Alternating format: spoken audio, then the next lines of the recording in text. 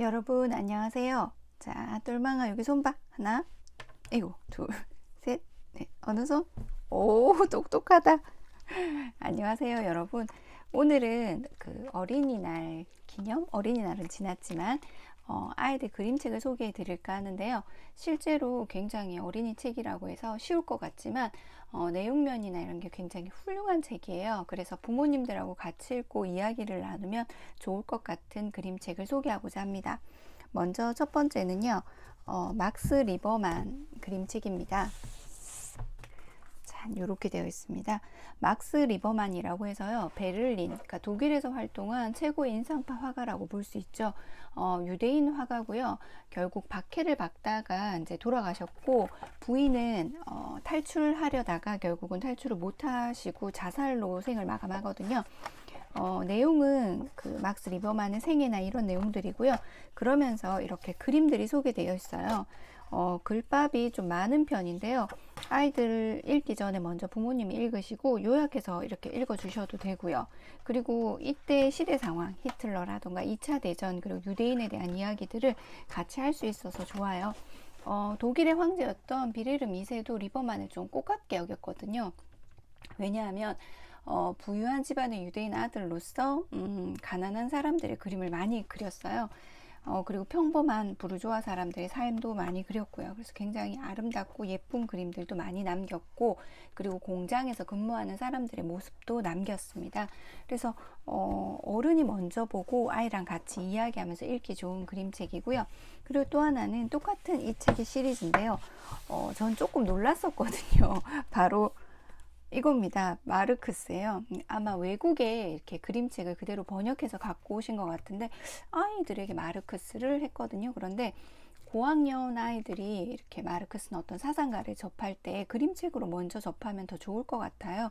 그래서 뭐 일명 그 유명한 뭐 유럽의 유령이 떠들고 있다 뭐 이런 내용들보다는 사상이나 이런 것보다는 마르크스의 생애에 대한 얘기를 다루고 있고, 그리고 마르크스가 왜 이런 이야기들을 하게 되었는지에 대한 내용들이 담겨 있거든요. 특히 여기 이제 꼬마 아이들이 주인공인데요. 인도 목걸이를 팔아요. 그러자 이걸 팔아도 인도 아이들은 몇 센트도 못 번다. 왜 그렇지? 그게 바로 착취라는 거야 라고 하면서 마르크스와 엥겔스 아저씨가 나와서 간단한 이야기들을 해줍니다. 그래서 공산당 선언, 뭐 하나의 유령이 유럽을 떠들고 있다. 그리고 아동 노동, 그리고 동독 이런 이야기들이 이렇게 나오거든요. 그래서 어른들이 부모가 먼저 읽고 아이랑 같이 이야기하면서 부연 설명을 한다면 고학년들에게도 충분히 역사 교육이 될 수 있는, 그리고 왜 역사책 하면 굉장히 따분한데 이 책은 그림이면서도 얇거든요. 그래서 고학년들에게 역사 시작하기에 더 좋은 책이 아닐까라는 생각이 들어요. 그리고 요번에 그 부처님이 어버이 오신 날 일요일에 오셔서 굉장히 서운하셨던 분들이 많으실 텐데요. 제가 좋아하는 책 중에 하나가 바로 이겁니다. 절에서 만나는 우리 문화. 불교는 우리 문화랑 떼놓을 수가 없죠. 그리고 산에 가면 절도 많이 보게 되고요. 그래서 어른하고 엄마가 먼저, 아빠가 먼저 읽고 아이랑 이야기하기 좋아요. 이것도. 그래서 처음에 들어갔을 때 이제 일주문이라고 해서 기둥이 일렬로 세워져 있는 문이죠. 그 일주문을 이제 들어서서, 그 다음에 문지기, 뭐 이렇게 절구경을 처음부터 이렇게 되어 있어요. 그래서 일주문을 들어서서 이렇게 기둥이 일렬로, 그 다음에 문지기인 이제 사대천왕을 만나게 되죠. 사천왕이라고 하죠. 그 다음에 모양이 있는 이제 문지기 금강문을 만나고요. 그 다음에 이제 사천왕을 만나는데요. 문지기가 금강문은 이제 그 나라연금강이라고 그분은 라고 하세요. 그 다음에 밀적금강은 이라는 소리를 내뱉는 입모양을 하고 계시거든요. 그리고 들어가면 이제 사천왕인데요. 다문천왕이라고 해서 북쪽에 있는 분, 다문, 그러니까 부처님의 말씀을 모두 다 듣는다. 비파를 들고 있고요. 그리고 동쪽에는 지국천왕이라고 해서 왼손에 칼을 들고 계시죠. 그리고 서쪽에 이제 광목천왕이라고 해서 삼지창과 탑을 갖고 계시고요. 그 다음에 증장천왕이라고 해서 이분은 용, 그리고 용의 입에서 빼는 여의주를 들고 계시고 남쪽을 지켜요. 그러니까 아이들하고 절을 가게 되는데 뭐 저는 무교인데요. 뭐 종교를 갖건 안 갖건 이런 내용들을 들으면서 가면 굉장히 재미있을 것 같아요. 저는 그 사물이라고 하죠. 그 아버지랑 절에 갔다가 사물 찾는 거, 이렇게 사물을 찾으면서 이야기를 들었는데 그게 아직도 기억에 남거든요. 그러니까 운판, 그 다음에 모거, 법고, 범종이라고 하죠. 요 네 가지들 찾아보면서 이렇게 아버지 이야기를 들었던 게 아직도 기억에 많이 납니다. 그리고 또 하나는 서울이에요. 네. 바로 요 책입니다. 서울 이야기인데요. 서울이라는 곳이 이제 한양이라는 곳이 도성으로 정해지죠. 그러면서 이제 옛 지도의 모양으로 한양의 모습이 어떻게 변했는지를 가르쳐 줍니다. 도읍지로 정해졌고, 그 다음에 이제 궁궐을 짓고, 그 다음에 성문도 만들어지고요. 육조거리가 만들어지죠. 그 다음에 창경궁과 창덕궁이 세워지고요. 그리고 임진왜란 후에 어떻게 되는지, 그리고 뭐 북한산성이라던가 배우계의 시장, 이현시장 들어서고요. 뭐 칠패시장 들어서고, 그리고 6.25 전쟁이 일어나면서 이제 서울의 모습이 어떻게 바뀌는지, 그러니까 쉽게 말해서 서울의 변천사예요. 근데 이것 또한 마찬가지죠. 그냥 그림책만 읽어주기보다는 같이 보면서 임진왜란의 이야기도 같이 하고요. 그러면서 뭐 이순신 장군의 책을 같이 와서 볼 수도 있고요. 그림책 한 권으로 끝나는 게 아니라 이 책이 꼬리에 꼬리를 물고 다양한 이야기들을 해줄 수 있는 정말 좋은 책이라고 생각해요. 그리고 또 하나 제가 굉장히 아끼는, 예뻐하는 책입니다. 여기 시리즈 책이 참 좋아요. 인문 그림책 이라고요. 요즘도 나오는지 모르겠는데 짜장면인데요. 이거는 어른들이 읽어도 너무 재미있고 즐겁습니다.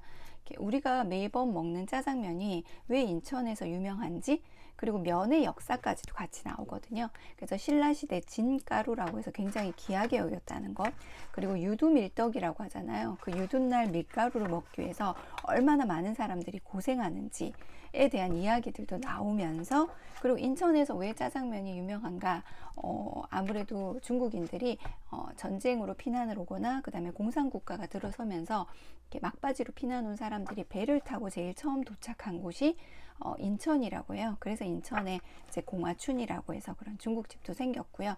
그리고 이제 중국의 짜지앙미엔이라고 해서요, 그냥 춘장 같은데 고기 볶아서 먹는 이렇게 좀 짠 음식이라고 해요. 근데 이게 별로 인기가 없으니까 왕송산이라고 부르는 그 왕송산이라는 화교분이 춘장에 캐러멜을 섞어요. 그래서 지금의 춘장이 만들어졌고요. 그리고 이제 양파 같은 경우도 원래는 넣지 않았는데 이제 미군이나 혹은 수입용으로 양배추나 양파를 키웠다가 양파를 너무 많이 키운 거예요. 그래서 싼값에 풀리면서 양파가 들어갔다는 것. 그 다음에 청요리집에 대한 이야기들, 그리고 그 결혼식에 왜 국수가 꼭 필요했는지, 국수가 얼마나 귀한 음식이었는지, 그리고 뭐 6.25 전쟁 이야기, 그 다음에 혼분식의 날이 생기면서 중국집이 더 이렇게 호황을 맞았다는 것, 그리고 철가방이라고 하죠. 그러니까 배달 음식, 처음엔 나무통이었다고 해요. 그러면서 짜장면의 역사뿐만 아니라 면의 역사, 그 다음에 건면이 어디서 누가 원조인가, 튀김면은 일본이고 건면은 뭐 중국이란 얘기도 있는데 뭐 그런 내용들, 최초의 밀가루 음식의 모양은 손으로 이렇게 밀다 보니까 쭈물쭈물하다 보니까 길다랬다는 것, 뭐 다양한 내용들이 굉장히 많이 들어있고요. 면의 역사뿐만 아니라 짜장면의 역사까지도 알 수 있거든요. 그래서 이 책 또한 읽고 나면 다른 역사책들을 읽고 싶어지는 마음이 듭니다. 그리고 제가 매번 나올 때마다 사는 만화책이 있어요. 바로 이겁니다. 안녕 자두야. 작가가 저랑 같은 나이대이기도 하고요. 그리고 자두의 이야기가 굉장히 재미있거든요. 형제도 요즘 볼 수 없는, 자주 보기 힘든 조금 많죠. 그리고 삼촌도 같이 살고 있고요. 장가가지 않은. 그리고 이웃 아이들과의 노는 모습 같은 것도 굉장히 좋아서 제가 좋아하는 그 만화책입니다. 저는 어릴 때 피터팬, 뭐 앤 이런 류의 책들을 좋아했거든요. 근데 나중에 커서 피터팬, 다시 돌아온 피터팬이란 책을 읽었어요. 커서 물론 피터팬 내용이랑 연결은 되지만 조금 실망스러운 점이 있었는데, 근데 그 한 귀절은 굉장히 기억에 많이 남아요. 무슨 귀절이냐면 요정을 믿지 않는다고 말할 때마다 한 마리씩 죽어간다는 거예요.